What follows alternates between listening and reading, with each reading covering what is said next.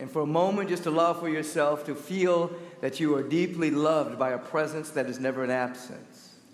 Oftentimes, there is a longing for love, and all the while we're surrounded by a presence that is love itself.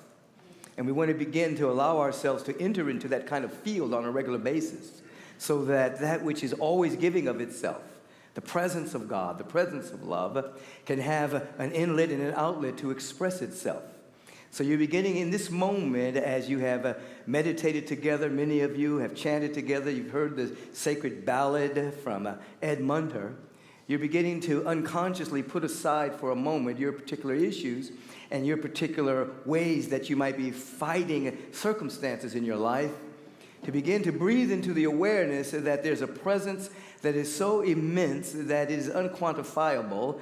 It's a life that is everywhere. This life is love, and this life is conscious of itself. And then you want to embrace this life. You want to be embraced by this life of love, so that as it becomes more and more active in your awareness via your receptivity, it overflows the banks of your present paradigm, your present point of view, your present perspective.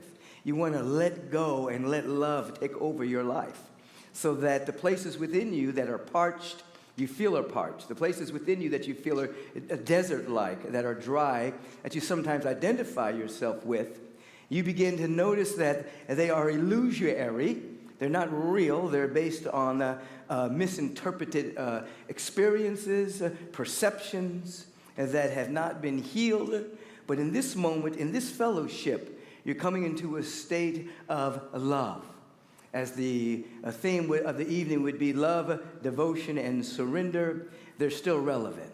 Love, devotion, and surrender. So I want you to breathe right now, in breath, and let go. And as that is occurring in this instant, you're bracketing all kinds of opinions about the world, about other people, and most importantly, about yourself. Whether they be high opinions of yourself or whether they be low opinions of yourself. And you're coming into a sense of coherence around the presence that is so loving you, because it is love itself. I want you to just continue to breathe into that awareness of a deep and an abiding love. Notice the aspects of the mind that are resisting it. Notice the aspects of the mind that are fighting it to a degree, that are holding on to particular perceptions of reality that have nothing to do with love.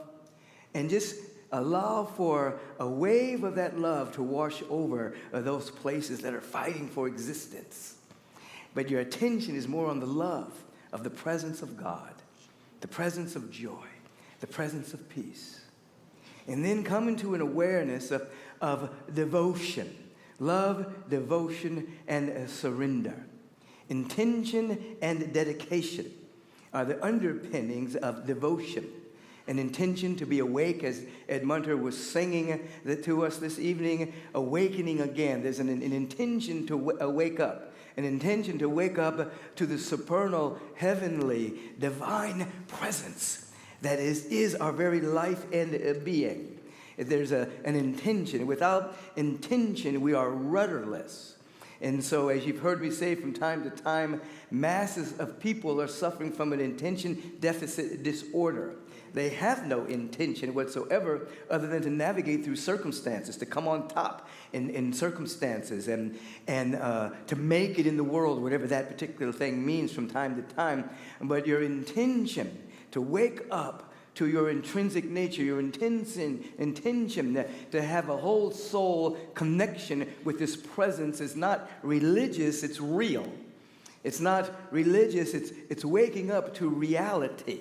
It's beyond the perception of Scripture. It's allowing yourself to come to an awareness that there is a life that is so beautiful and so wonderful. And so there's intention, and then there's dedication. Without dedication in any field whatsoever, you become a hack in life. And that is, you are barely operating at the level of excellence in whatever it is that you're seeking to do in life. And so there must be some level of dedication.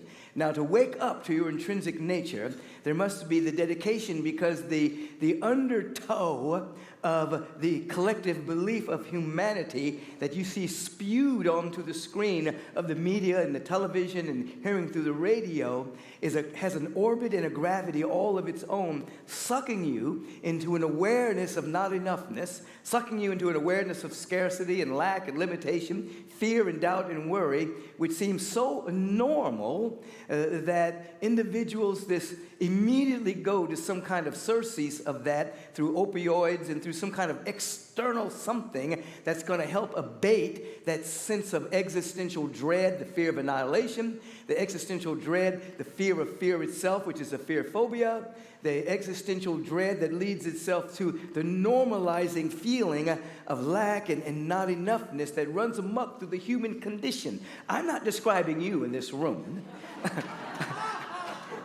Because you're now being bathed by a presence and you've just opened yourself up to divine love. But we're talking about a radical dedication.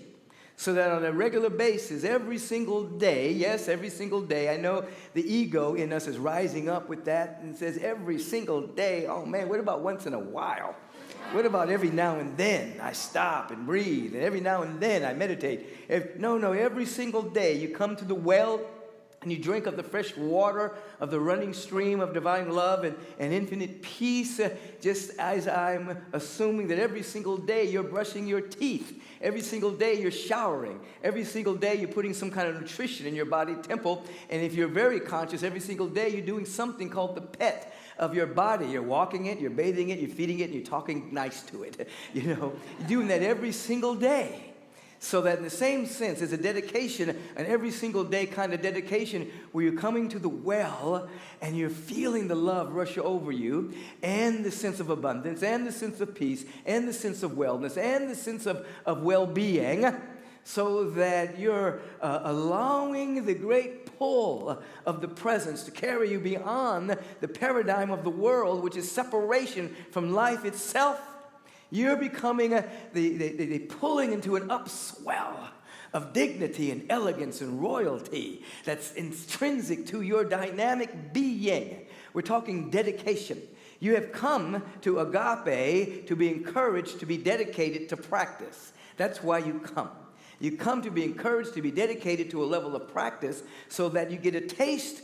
You get a feeling tone of the possibility of connectedness, enthusiasm, divine celebration, infinite joy, pure happiness, so that you taste it on such a regular basis that you cannot and will not do without it throughout the course of your day, every single day of your life. Yes, I did say every single day of your life.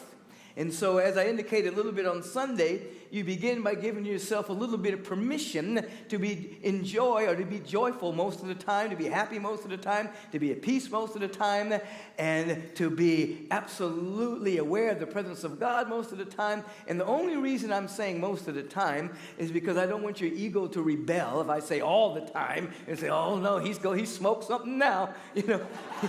He's wilding out up there. So we sneak in with most of the time. And so just say, I give myself permission to be happy most of the time. I give myself permission to be at peace most of the time. I give myself to roll in joy most of the time. To feel that all of my needs are met most of the time. I give myself permission to be great. Magnificent, beautiful, generous, and creative. I give myself permission to live life fully. And I give life permission to live through me fully. So feel into that now. You're just giving yourself permission. You have the authority